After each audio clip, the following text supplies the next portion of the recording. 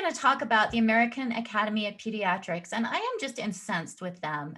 They're holding a national convention, and they are denying SEGM, which is the Society for, and I'm always going to get this messed up, but Society for Evidence-Based Gender Medicine. So they're an evidence-based medical group that's looking at gender dysphoria and appropriate treatments for them.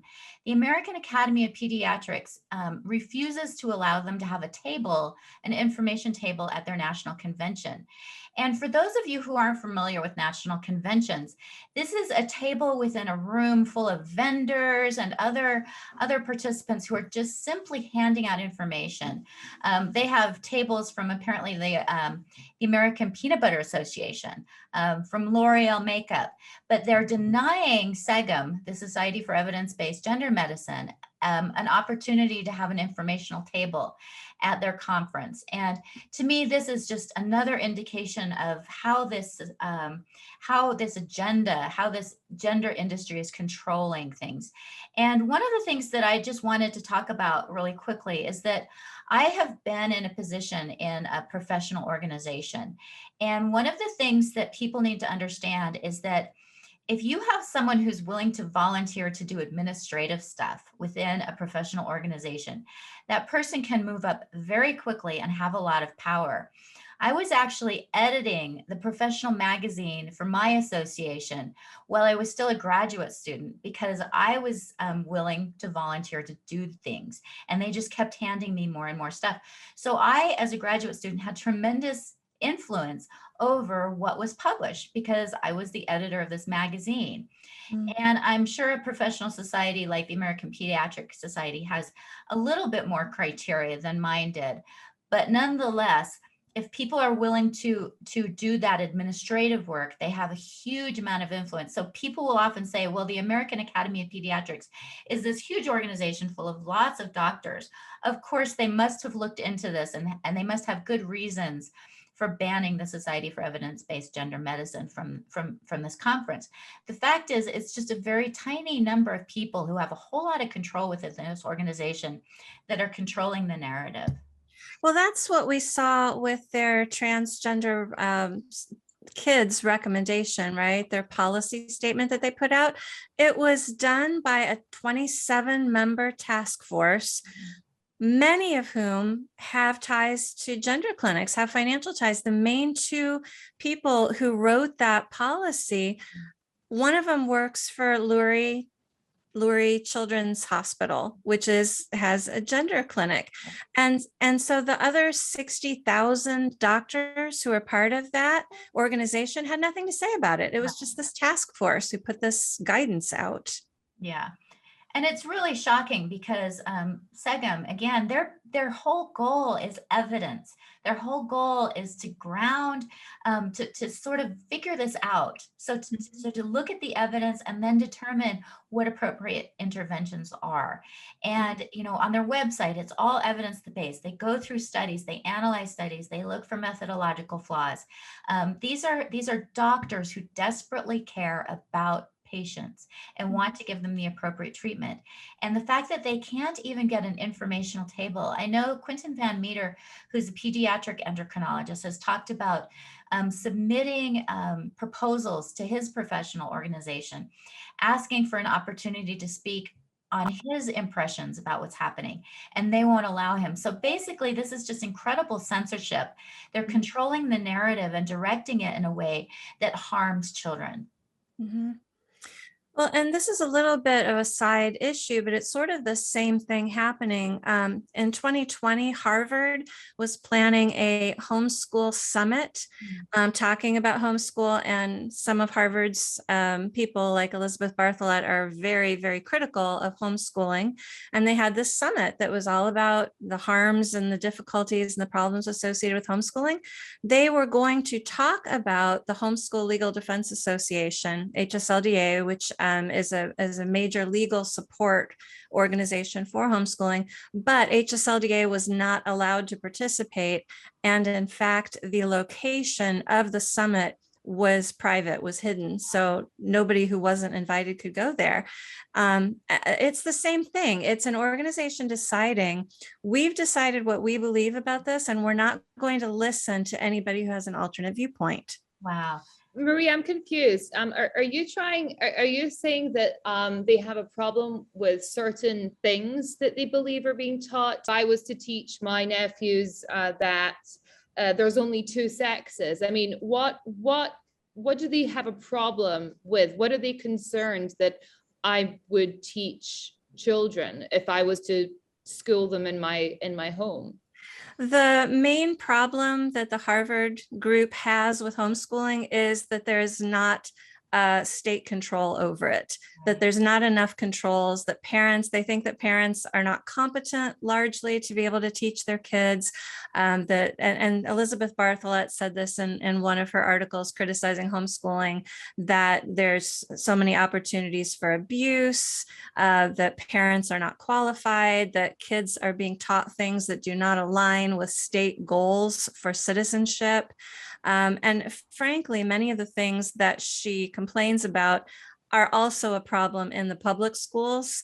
The whole issue of children being abused, that happens quite often in public schools, but she's only concerned about it when the state doesn't have its finger in the pie.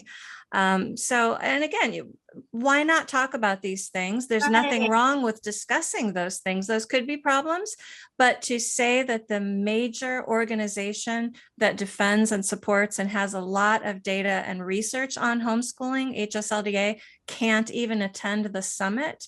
That's really concerning when,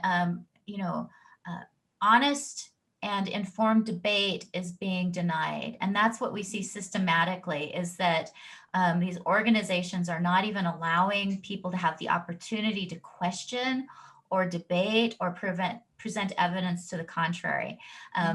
That's really concerning. And especially when you have organizations that claim to be based in science, it really is going to undermine people's confidence. Once all this blows over, the American Academy of Pediatricians is going to have a lot to answer for. And people are going to begin to question everything. All the recommendations that they've made, are they really true? How do we trust them? And that really undermines our basic confidence in healthcare. One of the things that came out, interestingly, this week at the same time that the American Academy of Pediatricians of Pediatrics is denying SEGM a voice at their conference. We have the Child Protective Services in Texas come out and issue a statement that transgender surgery is child abuse, and they're making the argument that it's similar to female genital mutilation. And so we have organizations that are not affiliated with medical doctors saying this is abuse. We have legislators who are saying we need to introduce legislation to stop what's happening because it's abuse. Basically what they're doing is advocating child abuse. So when you have the doctors and the professional organization that's supposed to be issuing recommendations advocating something that is abusive to children, we're really that's serious. That's a big problem. Yeah, I mean, just a couple of weeks ago, I was able to obtain a referral for gender nullification surgery for a minor, which I would assume would really it should interest that organization. I mean, I'm sure they don't care, or they believe that it's fine. And just so that everyone remembers, the gender nullification surgery is removing the penis or removing or making another hole for it. It's a ludicrous surgery, and it really actually is mutilation in terms of FGM because it looks almost identical.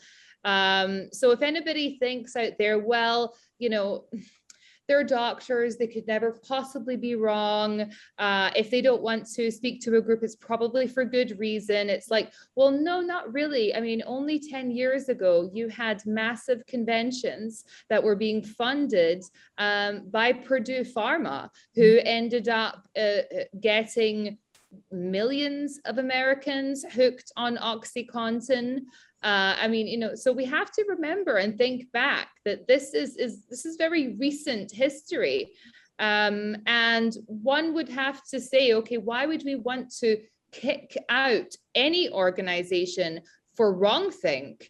I mean, surely that's what scientists want to do, that they want to hear an opposing opinion so that they can strengthen their own conviction. Or, you know, is there such a thing as bad debate when it comes to science? Right. I wouldn't say so. Especially SEGM, which, I mean, they're on their homepage, they say our aim is to promote safe, compassionate, ethical, and evidence-informed healthcare for children, adolescents, and young adults with gender dysphoria. That should not be controversial in any way. But as you mentioned, we have big pharma that's pumping in lots of money to these organizations. And the organizations apparently are selling their souls to big pharma. And they don't want an organization that is advocating for evidence-based medicine to be at their conference. That should be a huge red flag for us, that something is terribly wrong.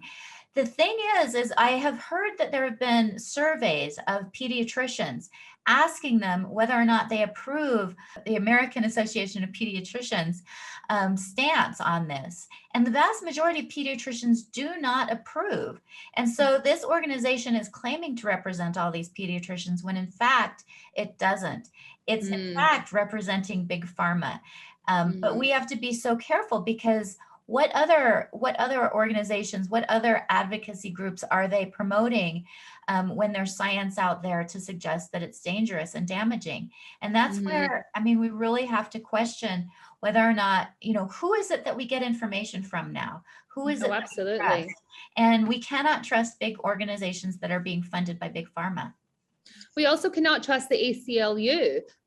You know, I just want to mention something else that might be a little bit of a tangent, but we've been talking for years about the dangers of SB 132, where men are going to be put into California women's prisons. And just this week, a woman is pregnant by one of these men. So we have to and the ACLU, remember, they refused to reveal the information. You know, they refused to reveal how now, many wait of a these. minute. Alix, you're saying that a woman got pregnant by another inmate in a woman's prison, which means that there was a prisoner in a woman's prison who had a penis, a fully intact penis, who was able to impregnate another woman.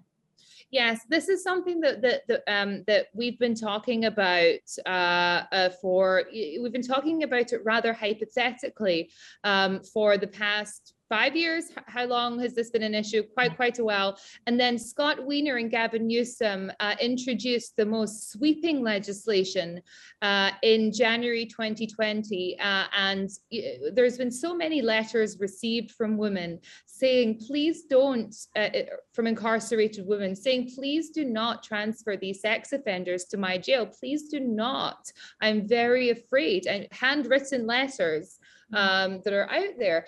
And you know, hearing that there is a woman who is pregnant is, you know, it's bad enough, but it's not shocking. And now there's a whole other issue here. This woman is going to have a baby in jail. Yeah. She's probably been assaulted. I mean, by the way, and also the Prison Rape Act was the act that declared that all sex which occurs within the penitentiary is by definition non-consensual. Prisoners cannot consent. We know this based on if you try to do a research project involving prisoners, they are incapable of providing consent based on their situation. And so, and especially a woman who's incarcerated with a man, that woman is in a vulnerable position. There's no way that's informed consent, that's valid consent. That woman was raped. So there's now going to be a baby as a result of this horrible policy that puts women at risk. And I think that Gavin Newsom should have a sense of regret, shame about this situation, because I don't know about you, but I hold him personally responsible for the sexual exploitation of incarcerated women. And I think that yes, of course. What does one expect? It's the same thing. What do we expect when we close off a circle of pediatricians who all believe in one thing? You know, we're going to have bad results. What could possibly happen if we make a sweeping statement which affects a huge amount of women? You know, these bills, these decisions which are being made on behalf of children, on behalf of women, on behalf of vulnerable people, they have material consequences. I think it's really important to point out that not only does this deny the women in prison consent, but in a way it actually undermines all women's consent. Because basically what you're saying is that as women, we don't get to define ourselves. We don't get to consent to having males in our private spaces. You're basically forcing that upon us, which is taking away our consent. It's giving a message to all women that our consent is no longer valid or meaningful. And Alix, I just wanted you to comment on something. A lot of people will suggest that these surgeries, these transgender surgeries that SEGM is fighting against, and that now the Child Protective Services in Texas has said is abuse, they will say these don't happen. And you mentioned this gender nullification surgery, but you've also done tremendous research in the United States. This does happen, doesn't it? We do have all the time. We do have children having their breasts cut off. We do have children being sterilized, castrated. I have a mountain of evidence, of documented evidence that children are having the double mastectomy from the age of 12. I have that documented. I have that completely in the bank. Many times, well over 50, 60 of these surgeons. I have 100% proof that they're performing the orchiectomy, which is the testicle removal. And I also have evidence, hard, cold evidence about vaginoplasty, which is, of course, the penile inversion on the minor. So that's 17-year-old. And Jazz Jennings received his penile inversion on national television for the world to see when he was only 17. But these are people who want to make money. If you give them the money and you don't regulate them, this is what will happen. It's like people are like, oh, why would a surgeon want to remove the breast of a healthy teenage girl? Well, because he's getting $50,000 for it. Right. It can make a ton of money. What 12-year-old girl is able to make decisions about whether or not she's going to want to breastfeed a baby, about whether she's going to want to enjoy sexual pleasure as a result of having intact breasts? Not to mention, I mean, it's just a matter of mutilating a healthy body. These are healthy body parts that are being removed. Everyone knows this is wrong. Everyone knows it is wrong to remove children's sex organs, to remove young girls' breasts. Everyone knows it's wrong. Everyone who is unwilling to say it's wrong has a motivation, whether it's financial, or I think about the number of parents who have signed on to transing their kids. And I think it was Lisa Marciano who said those parents are going to be the ones who hold out and will never admit they were wrong, because if they do, they have to admit that they had a hand in their own kids' destruction. So they've got shame, they've got embarrassment, they've got horror.